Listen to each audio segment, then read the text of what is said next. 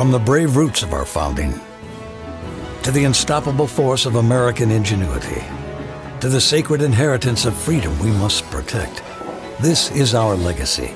Join investigative journalist Lee Smith on Roots, Rights, and Reason, powered by America's Future. I'm Lee Smith. Welcome and thanks for joining us for this new episode of Roots, Rights, and Reason. This week, we're discussing one of the underlying, yet frequently overlooked principles of our nation, under a government by, for, and of the people. And that's leadership. After all, if we're in charge of our own fate, the fate of our families, communities, and country, ultimately, we all have to rise to the challenge of leadership. So, what is a leader? It's not just someone who has a title or a position of authority. It is someone who earns trust, sets an example, and helps others succeed. Maybe what they're leading is a large corporation, or a country, or a small business, or even a family. A good leader communicates clearly, listens actively, and demonstrates qualities such as integrity, responsibility, and resilience. It is the ability to bring out the best in others while working toward a shared purpose. Our country is famous for breeding great leaders in politics, business, and even sports, from George Washington and Abraham Lincoln to Jackie Robinson and Steve Jobs. But not everyone is born with what it takes to inspire others to attempt what seems impossible and then succeed. So how do you build leaders? You have to be willing to learn it, to learn how to lead. So you have to be open to learning, willing to take on challenges. Maybe most importantly, you have to be able to view failure as an opportunity to improve. And for sure, leaders have to be willing to fail a lot. A leader isn't someone who wins all the time, but someone who knows how to turn losing into a lesson that builds the confidence and resilience it takes to lead. Look at it like this. The World Series trophy comes at the end of a long season that over the span of 162 games may involve more than losing a third of the time. The best hitters in the game fail more than 60% of the time. Leading then isn't winning the batting title or the World Series. It's staying motivated and keeping others inspired when you're losing so that you win in the end. One of the great American institutions designed to teach and learn leadership is our colleges and universities, which provide structured environments where individuals can practice leadership through teamwork, projects, and real-world challenges. Thus, the job of a university president is not only to lead, but to create an environment where others learn to lead. The best of educational institutions breed leaders in every field, from politics and business to science and sport.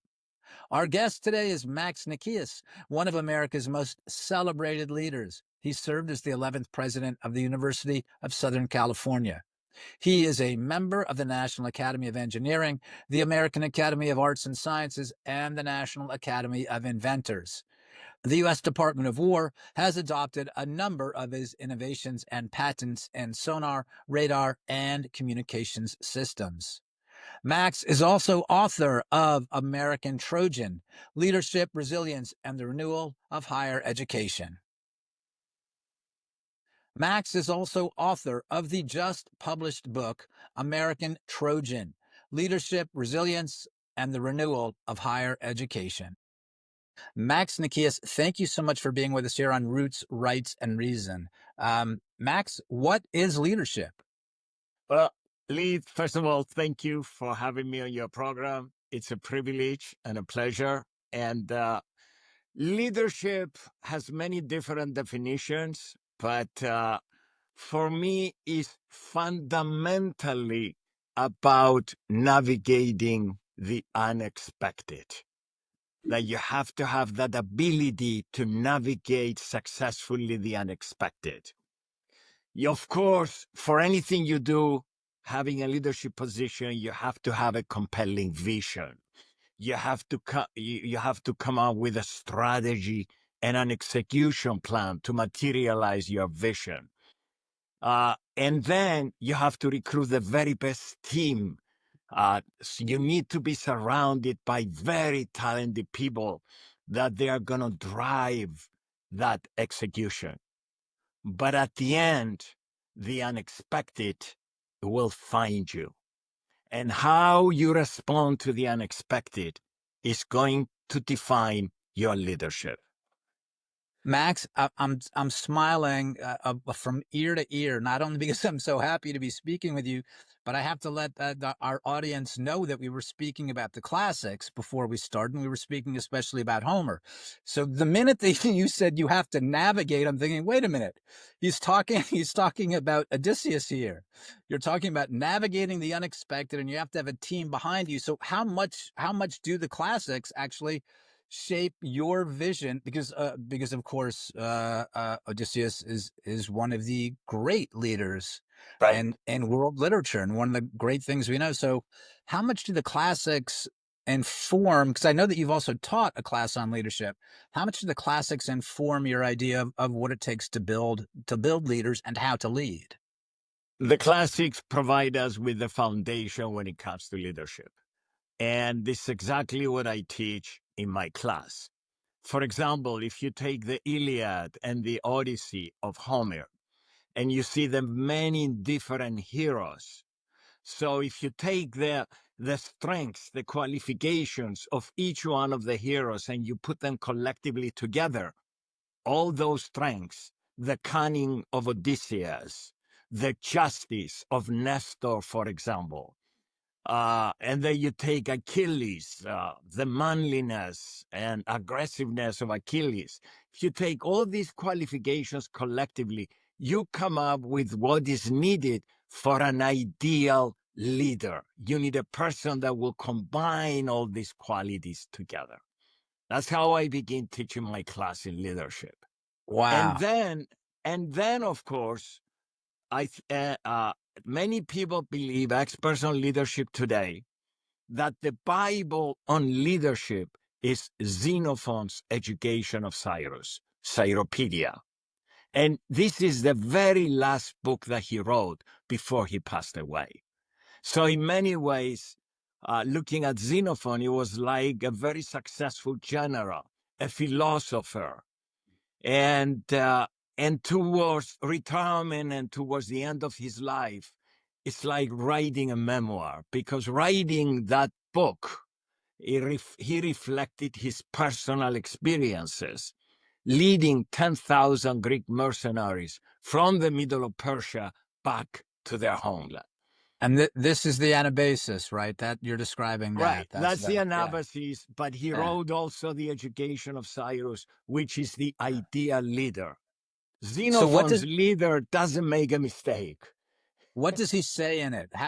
How does he describe leadership there? What does he say about great leaders? Well, here's the interesting part. He says when it comes to leadership, he alludes that maybe in the genes of a person. In other words, what he describes there is that there are certain qualities for a leader that we can see in that person even when that person was a child. You got the foundation, the requirements for leadership is love for humanity. You really have to care about other people, and you want to learn about their challenges and help them overcome that. Then is the love for learning. All leaders are self-educated. It's you are learning when you are doing it. Every leader is self-educated. And then you have to have that love for honor, that drive to excel, because only then you will be able to accomplish the goals you set up for your corporation or your institution or your country. You got to have that drive and determination. So those are the three basic qualities that Xenophon describes in the book. Wow. What about the you talk about when you talked before about facing the unexpected? So a lot of the times leaders, you're not winning all the time. There are many losses. Odysseus faces many losses along the way, right? Losses of men, loss of his ship. So what about adversity? Because this is also part of the subtitle of your great new book, American That's right. Spartan, and Resilience. So resilience is the key there. And you also have to be able to make very tough decisions in the midst of a crisis and be very calm about it. That's why Xenophon talks, when it comes to resilience, he talks about self-restraint. But it's the importance of self-restraint in the emotions of the body. Fear sometimes may prevent you from making the right decision or taking the necessary risks. So self-restraint to the emotions of the body, but also the pleasures of the body, is what separates a leader from a follower. And Can you we have can you explain? That's fascinating. What do you mean by that? What separates a leader from a follower? what self-restraint. Let's take the pleasures of the body.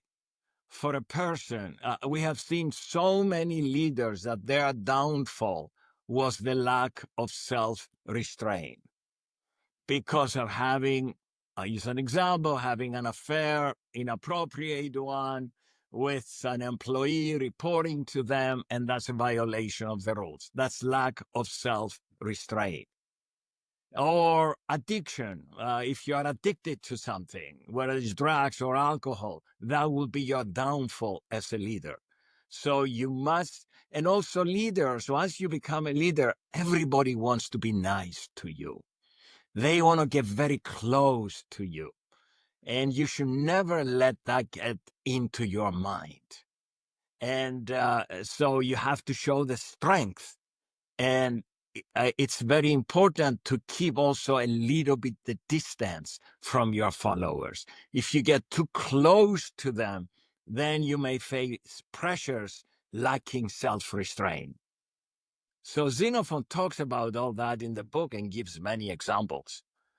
His Cyrus, his ideal leader, when they conquer a certain land, there is one of his lieutenants that goes to him and says, the most beautiful princess is here and she's yours. And he refused to meet with her because the next morning he was preparing for a battle the next morning. He did not want to be distracted. That's self-restraint taught by Xenophon. And of course, Aeneas, when he falls in love with Dido of Carthage, Right, he right. self-restraint. He knows that he has a job to do, and what is his job? His job is to found Rome. Right, that's the important Exactly. thing. So yes, And he gives that, understanding yeah. the. Right. Yeah, Uh, in the Aeneid, he calls his comrades and gives that beautiful speech that we have farther to go. This is not our destiny. It's over across our destiny.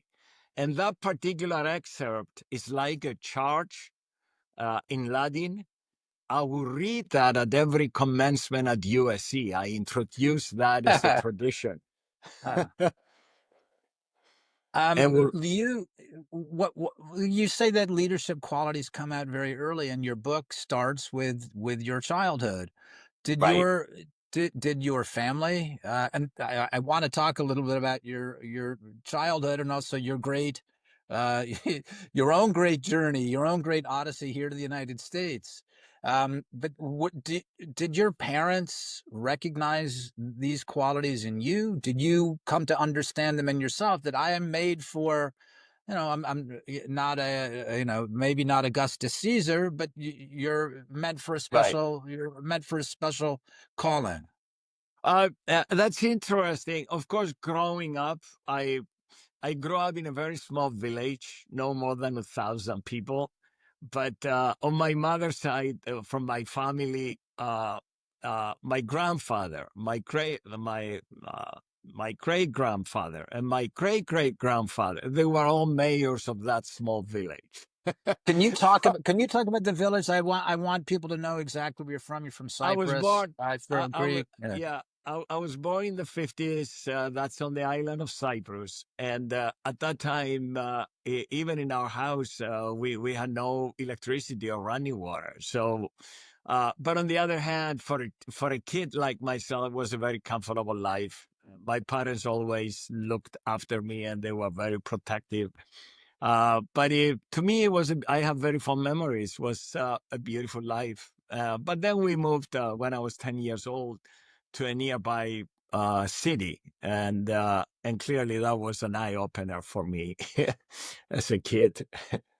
Why? What happened? Why was that different? Well, because my father felt very strongly. My dad was a carpenter, but he felt very, very strongly that I had to go to the best middle school and high school, at least in our area, in our district, and he and my mother instilled in me the importance of education, and I owe that to them. Actually, my mother. Growing up, she would tell me that if you don't bring good grades, you're going to bring shame to the family. And I was That's a that's a reminded of that again and again and again. yeah, that's a fair amount of pressure for a little kid. It's like, look, the whole family. Well, that kind of breeds leadership. I guess it's like, look, little one, the whole family is counting on you to do well, and if you don't, you're in big trouble, and you're going to bring That's shame on all of us. So bear down and yes, do your homework. that's exactly that was the motto growing up. Yeah, but in So terms look, of leadership, Lee, when you ask me, it's only later after I read Xenophon and looking back.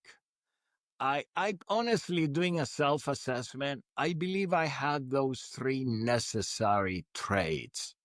I loved learning. I was always interested, uh, uh, you know, to help colleagues, or you have that love for humanity in general. You're not a self-centered person. I'm not.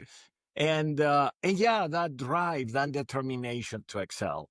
So it really and worked that well for me. well, look, we are a country. You're an immigrant. We're a country that is blessed by the fact that Correct. so many of the people who come here are leaders. They're very ambitious people. At the beginning, it was not an easy journey. Even the original settlers, it was not an easy That's right. journey. So, and you know, when you left, when you came to this country, it still wasn't. There's a lot of people who stayed at home, right? Right. Because it's Right. hard and it's not easy to make it here. So that in itself Correct. is Correct. kind of an index of leadership. So can you tell me about your journey and Sure. about your sense of what it takes to Absolutely. what it took to leave your country and come here, and what is so important about immigration?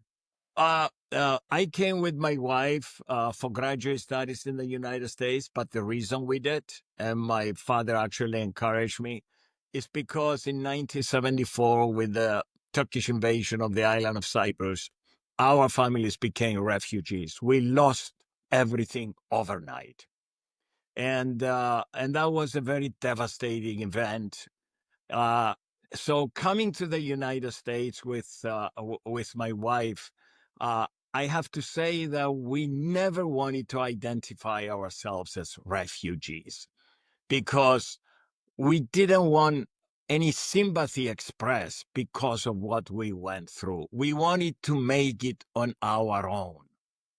I use that word, Lee, for the first time writing this book now, to describe myself, that I came as a refugee to America. And America welcomed us with open arms. And we had nothing to our names. But going through that experience, and after 10 years since we arrived in the United States, becoming American citizens, naturalized citizens, and looking back, I have to say that, and that's a theme in my book, that America is opportunity and you will not find it anywhere else in the world.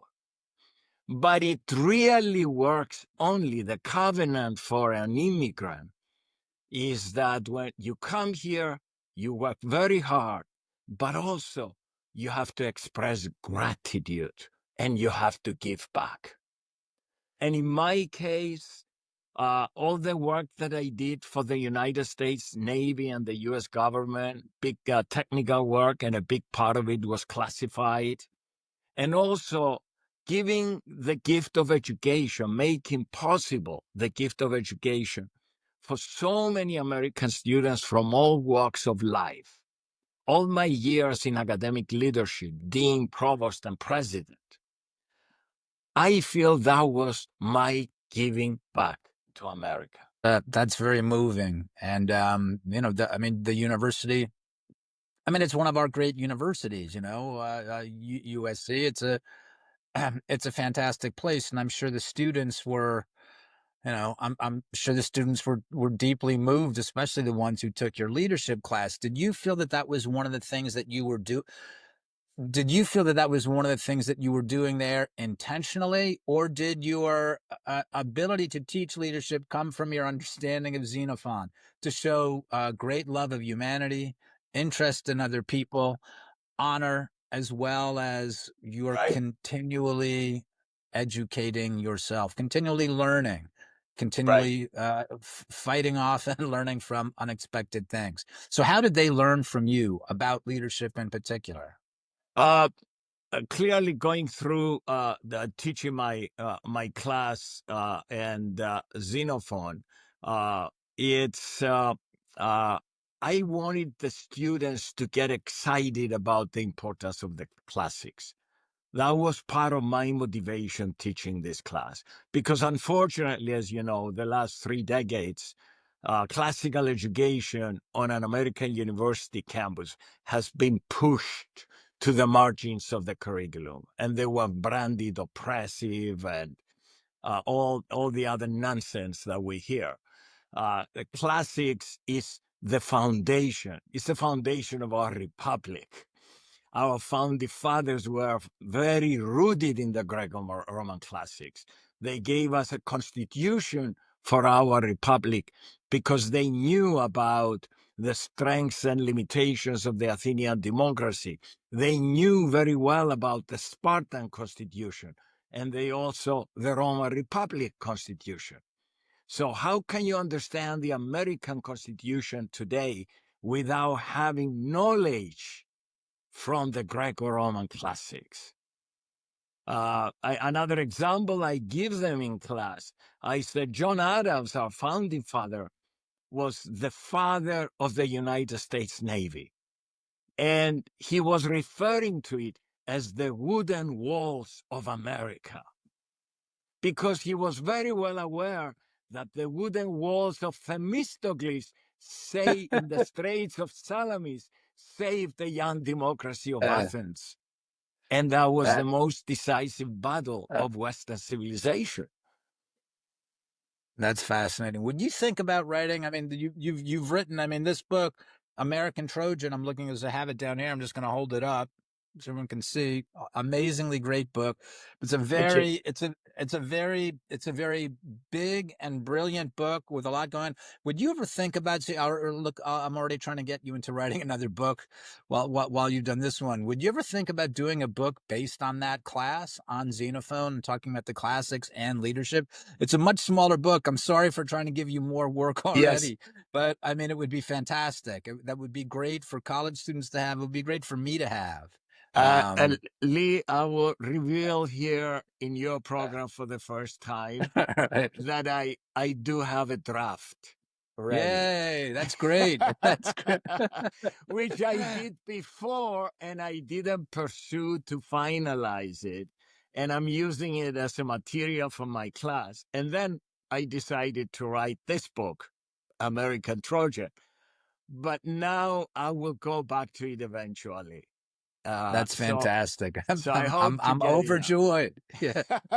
out. Well, look, I just want to know, basically, the last question. What are you focused on now? You're someone who, your biography is enormous and extensive. You've done work for the Defense Department, with different inventions. So what are you doing now? What are you focused on now? I teach now. I'm back as a professor in the School of Engineering. So I teach 3 classes at USC. I teach AI ethics. Oh, wow. I do the leadership class, and I also do another class in the area of disruptive technologies with an entrepreneurial mindset. But in addition to that, I follow very, very closely the whole area of semiconductor chips, and especially the supply chain, the tensions between United States and China when it comes to that. Fascinating. Because the brains behind everything in the AI revolution is the semiconductor chips. So that's Well, an area and the supply well, chain that I follow very closely, and I give keynote addresses at many conferences on this topic. well, let me ask then, and this will be the last question. How are we doing? Because people are talking about this all the time, the AI race between the US and China and where we are with semiconductor chips. So where is it right now as we speak in late spring in 2026? United States, by far, in collaboration with what I would refer to Western democracies, is at least 6 to 8 years ahead of China. Uh-huh. Period. Wow. Okay. Yes. Uh, It doesn't is mean there we'll stay like that. It's a race. right? But this Why? is where we are in terms of Why are very we so far advanced, ahead? because of the very advanced semiconductor chips. They're so complex, you cannot easily copy them. And Interesting. and that's Th- it- why our Department of Commerce, even with the first Trump administration, when Wilbur Ross was the Secretary of Commerce, even back when the first restrictions were imposed for exports to China, that was the reason. Wow, interesting. So when everyone gets very upset, what was it? Was that everyone is concerned about the Blackwell chips recently, and say, "Oh, this is going to allow the Chinese is going to give them, they'll get a We are jump more on us." advanced than the Blackwell. But your your perspective is no, there's no way even copying that they can that they're going to be able to catch up anytime soon. Why is that? Is it because let's come back to leadership and the classics. Yes, I will give, for example, if you take TSMC, that they manufacture the chips, the machines that TSMC is using is the ASML, the company from the Netherlands. Those machines are not easy to copy for mass production of semiconductor chips. And there is a restriction imposed on those advanced machines by ASML. They're so complex. They're much more complex than an Airbus plane, for example, and these machines cost between $300 to $400 million. So there are a lot of trade secrets that put together to make it work. But of Fascinating. course, the Chinese are working very hard in that area. They invested 3 times more money than the U.S. in the R&D of semiconductor chips, because they want to become fully independent and get ahead if they can. But we're not there yet. Do we have an advantage because we're, and again, comes back to the classics, because we're an open society? Of Because course, this is the open entrepreneurial spirit, absolutely. And also being the magnet for the best and the brightest from all over the United States and from all over the world. And this is what I would refer to smart immigration, the best and the brightest. You really want them to come here and become Americans like the rest of us. Max Nikias, I feel, and I'm sure our audience feels too, that they've just heard from one of the best and the brightest, and that's you, going from the classics to semiconductor chips. Max, thank you so much for being with us here today on Roots, Rights, and Reason, and thanks to all of you for watching. We'll see you in our next episode. Thank you. It's a pleasure.